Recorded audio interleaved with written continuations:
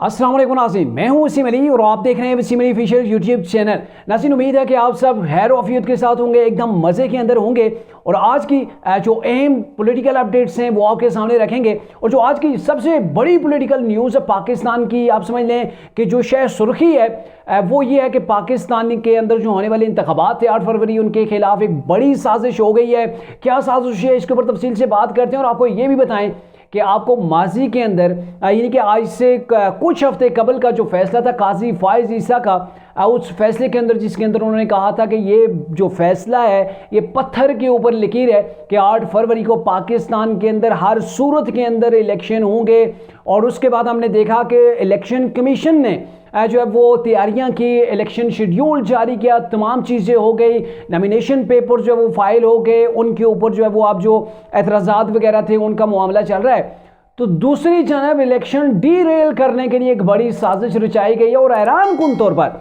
यानी कि मुज़ाहिका खेज़ किस्म की ये खबर आपको भी लगेगी कि सेनेट के अंदर जो पाकिस्तान के अंदर जमहूरियत है, जो जमहूरियत का सिंबल समझा जाता है, जो पाकिस्तान का सबसे बड़ा इदारा है सेनेट, उस सेनेट के अंदर इसी जमहूरियत की जड़ें जो है वो काटी जा रही हैं। और आज सेनेट के अंदर आप कह सकते हैं कि पाकिस्तानी तारीख का एक स्याह तरीन दिन के तौर पर आप इसको देखेंगे कि फ्यूचर के अंदर इसको लिखा भी जाएगा और बोला भी जाएगा, क्योंकि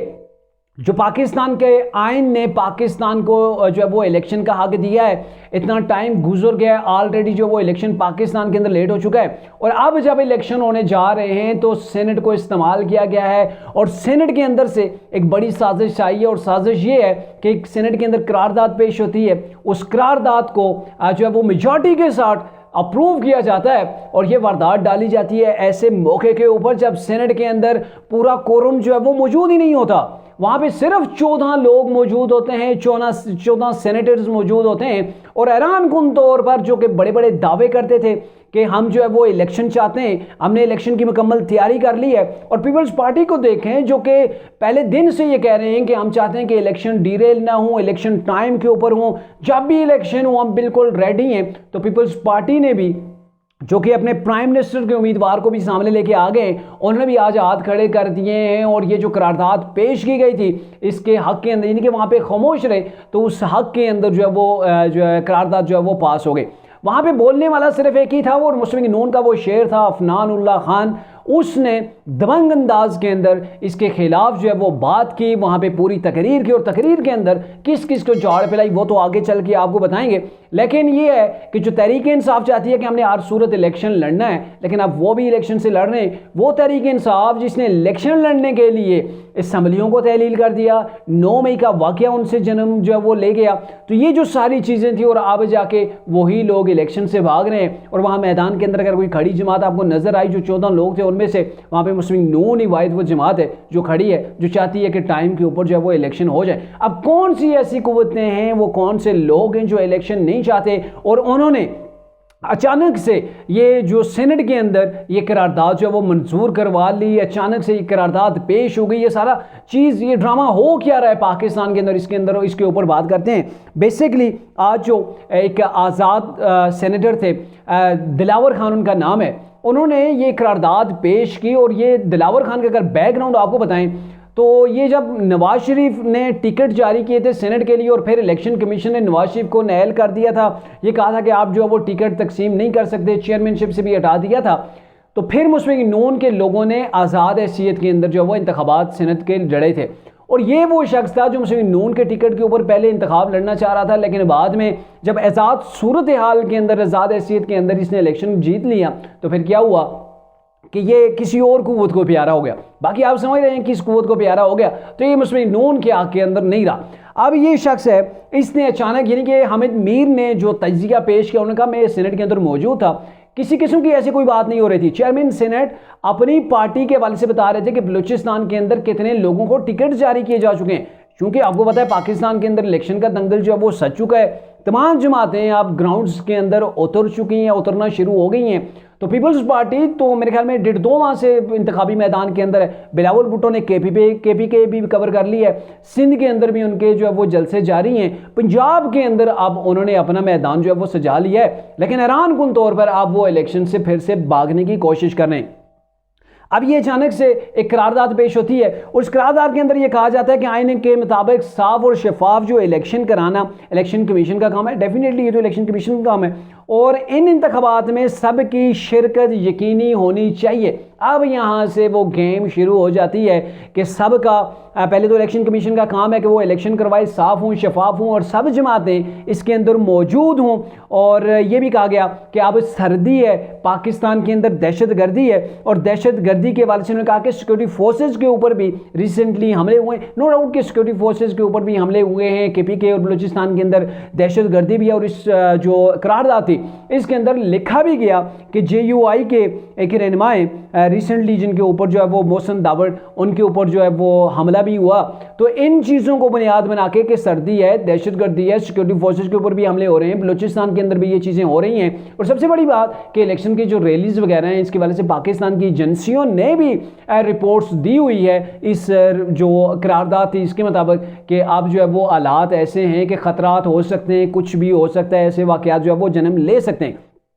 तो ये सारी चीज़ें करके ये कहा गया कि इंतखाबात को 8 फरवरी के बजाय उसे एक्सटेंड किया जाए, उनको डिले किया जाए। अब ये देखें ना कि अचानक से पहले सुप्रीम कोर्ट कोशिश करती है, सुप्रीम कोर्ट डट के कोशिश करती है, बहुत जगहों से ये चीज़ें आ रही थी कि इलेक्शन टाइम पर नहीं होंगे और जो अभी मौजूदा अनवारुल्लाह काकड़ साहब है यकीन करें जैसे जो उनकी बॉडी लैंग्वेज है, जिस अंदाज से वो बात करते हैं, लग ही नहीं रहा कि ये जाने वाले हैं या फिर नई गवर्नमेंट आएगी तो ये लोग आराम से चले जाएंगे। यूं लग रहा है कि पूरा का पूरा होमवर्क किया हुआ है। इनके जो डिसीजंस हैं, जो इनकी बॉडी लैंग्वेज है, जैसे ये काम कर रहे हैं, जैसे ये बात कर रहे हैं, तो लग नहीं रहा कि लोग आसानी से जाने वाले हैं। तो ये देखना था आज सेनेट के अंदर कि ये क्या चीज़ होनी चाहिए थी। जाहिर है ये सेनेट जो है वो जमहूरियत की एक बड़ी इकाई और पाकिस्तान का सबसे बड़ा इदारा है और उसी इदारे को खिलवाड़ बना दिया गया इलेक्शन को रोकने के लिए। और ये करारदाद पेश होती है और न सिर्फ पेश होती है बल्कि कि करारदाद जो है वो पास भी हो जाती है। और ऐसे मौका के अंदर ये करारदाद पेश की गई जब टोटल 14 अरकान सेनेट वहाँ पर मौजूद थे,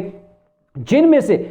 2 जो अरकान हैं उन्होंने इसकी मुखालफत की। एक तो मेरे ख्याल में आप उन्हें अरकान नहीं कह सकते, मौजूदा जो गवर्नमेंट है इन्हीं के वज़ीर इत्तलात मुर्तज़ा सुलंगी वहाँ पे मौजूद थे। देखें ना अगलों का होमवर्क कितना था, यानी कि इतनी अचानक से ये करारदाद जो है वो पेश की गई, इतनी अचानक से मंजूर करवाई गई कि जो मौजूदा गवर्नमेंट है, और ज़ाहिर है ये गवर्नमेंट किसकी आप समझ सकते हैं, तो मौजूदा जो गवर्नमेंट है इसके वज़ीर इत्तलात को भी नहीं आगाह किया गया और उसने कह दिया जी नहीं मैं इस चीज़ के आके अंदर नहीं हूँ। अफनान उल्लाह ने डट के अपने वालिद की तरह, जैसे उनके वालिद गरजते थे ना, वो उठ के खड़े हुए। उन्होंने ये कहा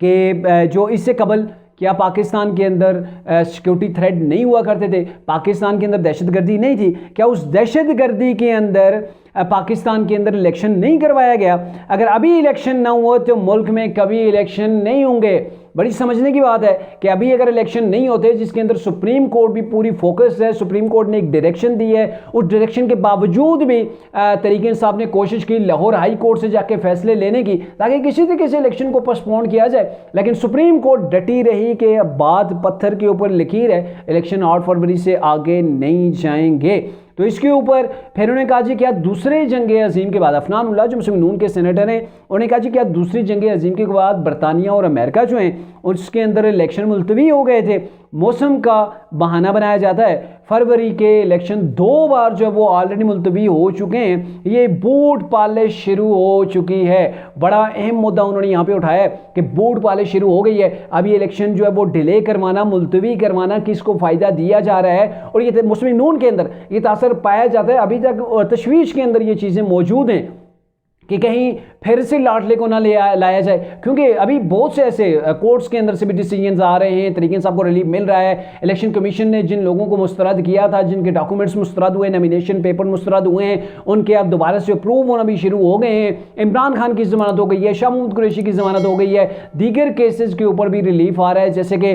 जो इनका 190 मिलियन पाउंड का जो केस था उसको भी कहा गया कि इसके ऊपर अभी तक डिसीजन ना किया जाए। तो ये जिन चीज़ों को रोका गया है, तो फिर ये है कि मुस्लिम नून के अंदर भी ये शिकायत पाई जा रही है, कहीं ना कहीं वो सरगोशियों की अभी आवाज़ें वो बाहर आना शुरू हो गई हैं कि कहीं लाडले के लिए कोई फिर से जो वो चीज़ मैनेज ना की जा रही हो। लेकिन अफनान उल्लाह ने यहाँ पे बूट पॉलिश की जो बात की है, इसका मैसेज ज़ाहिर है कहीं उनका और जाता है, और ये कहा गया कि ये पाकिस्तान के आईनी इदारा पार्लियामेंट के बगैर कैसे चलेगा। जाहिर है एक आर्जी इंटरन ये गवर्नमेंट आई हुई है, नेगरान सेटअप है, इसने कोई लांग चलना नहीं होता, इसके वो इख्तियारात नहीं है। जब तक कि अवामी मुंतखब गवर्नमेंट नहीं आती तो पार्लियामेंट को आप जस्ट उस तरीके से फील नहीं कर सकते, ना कह सकते, ना ही कानून साजी हो सकती है इस पार्लियामेंट के अंदर जिसके अंदर निगरान गवर्नमेंट बैठी हुई है। तो ये सारी चीज़ें जब हो रही हैं तो क्या इतने बड़ा जो पाकिस्तान का आईनी इदारा है उससे अवाम को महरूम रखा जा सकता है। अफनानुल्लाह का बड़ा अहम जो है वो ये था, लेकिन ये रेजोल्यूशन आप कह सकते हैं कि अनफॉर्चुनेटली ये पास हो गई है और इसको कोई भी अच्छी मानों के अंदर नहीं देख रहा है कि पाकिस्तान के अंदर इलेक्शन होना ज़रूरी है, इलेक्शन के बाद स्टेबिलिटी आना ज़रूरी है। लेकिन सर्दी का अपनी जगह जो है वो चीज़ मौजूद है, दहशत गर्दी की भी लहर है, लेकिन इट्स नॉट मीन कि आप इलेक्शन को ही जो है वो रुकवा दें, उसको इल्तवा का शिकार करवा दें, जबकि इलेक्शन कमीशन पूरी तैयारी कर चुका है, सियासी जमातें भी मैदान के अंदर उतर चुकी हैं। और ऐसे हालात के अंदर अगर इलेक्शन डीरेल हो जाते हैं तो ये फिर जो अफनानुल्लाह ने कहा है ना कि इलेक्शन कहीं लेट भी हो सकते हैं, और सिर्फ लेट नहीं हो सकते, फिर दोबारा इलेक्शन ही नहीं हो सकते। मतलब उन्होंने दो टोक अंदाज के अंदर कहा है कि जो कुछ हो रहा है तो ये कुछ पाकिस्तान के अंदर ठीक नहीं हो रहा है। और जो कुछ सेनेट के अंदर हुआ, फ़ायदा उठाया गया 14 अरकान है, और 14 अरकान कौन से थे? बलूचिस्तान से किसी का तल्लक है, किसी का फाटा से तल्लक है, किसी का KPK से। फेडरल जो थे वो अफनानुल्लाह ही थे और उन्होंने भी इसकी मजम्मत की, इस करारदाद के खिलाफ गए।